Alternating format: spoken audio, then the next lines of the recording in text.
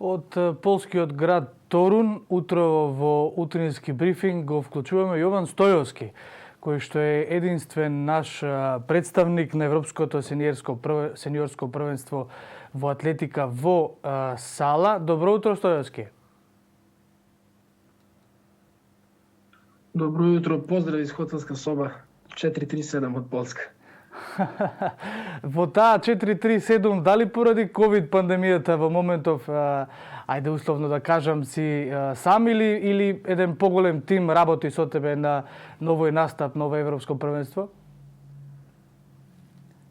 Сам сам за жал, ето, и тоа ме многу нервира. Федерација ме пусти овде без свој личен тренер и тоа не е прв пат, али ајде ќе се промене неки ствари што се тиче тоа. Сам сум овде, мислим, имам официјално лице со мене у хотел, али опет кога сте без својот личен тренер со кога работите, онда не е тоа исто, тоа знам свако ко се бави со спорт, али да не буде сад да нешто се жалим и скидам притисак због такмичење, ќе оставиме тоа на страна овој пат. Така.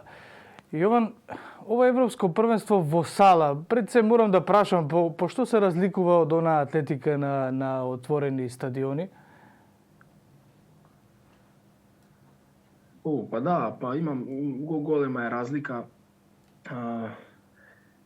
Овде после први 150 метри сите улазе у прва стаза и онда овде има доста гурање, многу е битно да први 200 метри идете мало појако од други, док на отворено секој има своја патека и иде свој ритам и на високи тркачи као ја многу више одговара на отворено трки. Имам дугачок корак, идем свој ритам и тоа е тоа. Кој е бољи увек победи, а овде во сала не мора ништа да значи, може да доđe. Многу е битно да се трка отвори. Тоа е битно. Многу е другачија тактика се трчи. За оние што не знаат, Јован Стојовски е наш представник на клубот од Охрид. Своевремено настапувал во Црвена звезда, со своето македонско потекло го носи националниот дрес. Меѓутоа, еве, кога е во поглед тој национален дрес во Полска, Стојовски е сам и во поглед на тоа, дали психички те заморува можеби овој факт? Како течат самите твои подготовки со оглед на тоа што во петок веќе на 5 ти трчаш во Торун? Да, не, јас сум спремен, уште од децембар се работи за овој надпревар, не може да се за 5 дана направи форма. Јас сум спремен, вчера сум дојден овде тек, од денески одработим прв тренинг, али како што гледам овде услови стварно се перфектни, пак ова е најголемо надпреварување на стариот континент, така да не можам да се жалим на условите, а што се тиче психички овако, што се тиче тренери, тоа може само да ме мотивира да јас сум такав да и кога сум изнервиран и кога не сум изнервиран увек давам 400% од себе и ето, не може ништо да ме поремети што се тога тиче. Тоа е духот. Атлетичарите, дали исто како и спортските тимови кои што нели се со топка, ги скаутираат противниците и сега кога би те прашал што знаеш за твоите противници со кои што ќе се надпреваруваш во петок, што ќе ми кажеш? Сигурно дека гледаме кој има колку резултат. Сега, пошто во сала, како што реков, се улази у прва стаза после 150 метри, морам да гледам кога ќе пустим, пред кого ќе влезим ја и така тоа, али што се тиче самиот надпревар, никогаш на 400 метри не беше посебна конкуренција него ова година. Чак 55 такмичари од 27 држави, значи многу јако.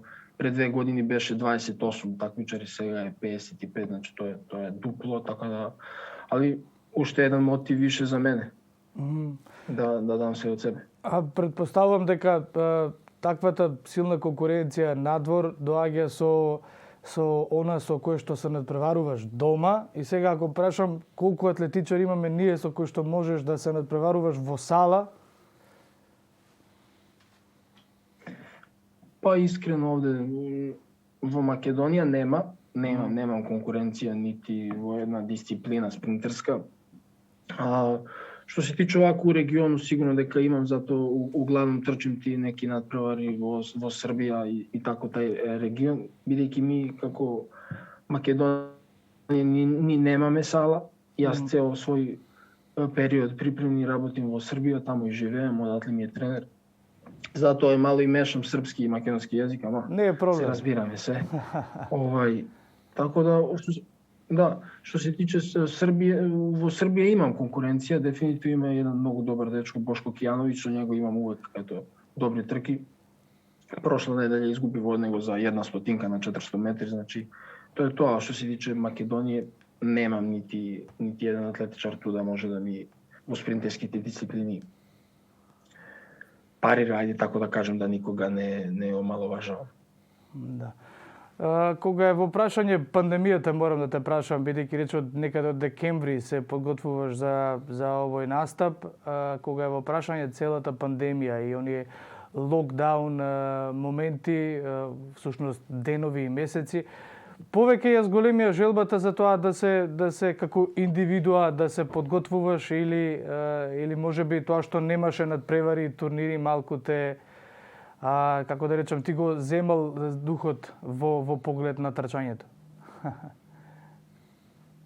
Добро, да, сигурно ето, например, прошла година сите овие велики надпревари се откажани за ова година, исто како и Олимписки игри и све тоа мало утиче психички, али тоа трае 1-2 дена и онда схватиш или јеси или ниси, значи или наставиш да тренираш или одустаеш. Тако е како е исто и за нас спортисти, и за сите сфери од друштво и за вас сигурно, значи на све утиче лоше ова пандемија, али ето треба остати у неку руку позитивен и на коронавирус негативен. Ето, тоа е тоа. Иван, кои се амбициите со оглед на тоа што Олимписките игри ги префрлија за годинава, се уште неизвестно. Всушност и дали ќе се одржат, не дај Боже, или некои поголеми бројки да се случат и во Јапонија, веднаш тоа ќе се стопира, ќе се пренамени за следната година. Па ќе се одржи. Да, верувам дека сакаш да се одржи како и секој нели спортист. Но кои се амбициите, твоите амбиции после ова европско првенство? За ова година или за иднина? И за оваа година и за иднина.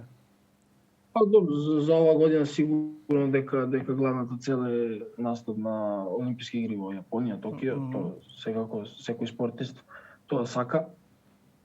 Поред тоа имам и Олимписки игри за мали држави, Сан Марино, ту имам големи шанси за златна медаља и надпревари на национални ниво, балкански првенства, Куп Европе на Кипар. Има доста надпревари, свете што се отказало од прошла година, ево ова година ни чека. А овако за иднина сматрам дека можем да земам една велика медаља, макар овако нека на европско првенство, да сигурно мислим дека сум спремен за тако нешто. Во година 2-3. Да, во тој поход ја имаш поддршката секако од утрински брифинг. Ти благодарам на одвоеното време и ќе се слушнеме со тебе, а можеби ќе бидеш и овде во студиото откако ќе се вратиш од Полска. Хвала пуно. Хвала вам пуно на позивот. Било ми драго.